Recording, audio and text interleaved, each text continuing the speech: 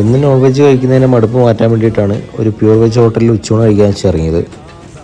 പ്ലേറ്റിൽ ചോറ് വിളമ്പി, ചോറിനേക്കാളും പത്തതിനേക്കാളും വലിയ പപ്പടം തന്നു, സാമ്പാറുണ്ട്, സൈഡ് കറികളുണ്ട്, പായസമുണ്ട്. പക്ഷെ അതിനോട് തൈരില്ല, അപ്പം തൈര് അഡീഷണൽ പറയേണ്ടി വന്നു.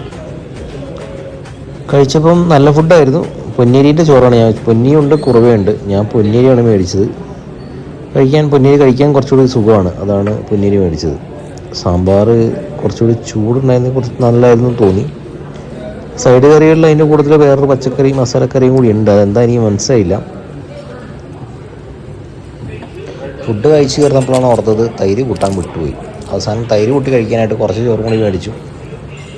അപ്പോൾ എല്ലാം നമ്മൾ കംപ്ലീറ്റ് ഫിനിഷ് ചെയ്തു. പായസം മാത്രം ഡയറക്റ്റ് വായിലേക്ക് ഒഴിച്ച് കുടിച്ചു, ബാക്കിയെല്ലാം പ്ലേറ്റിൽ തന്നെ ഇട്ട് കുഴച്ചടിച്ചു.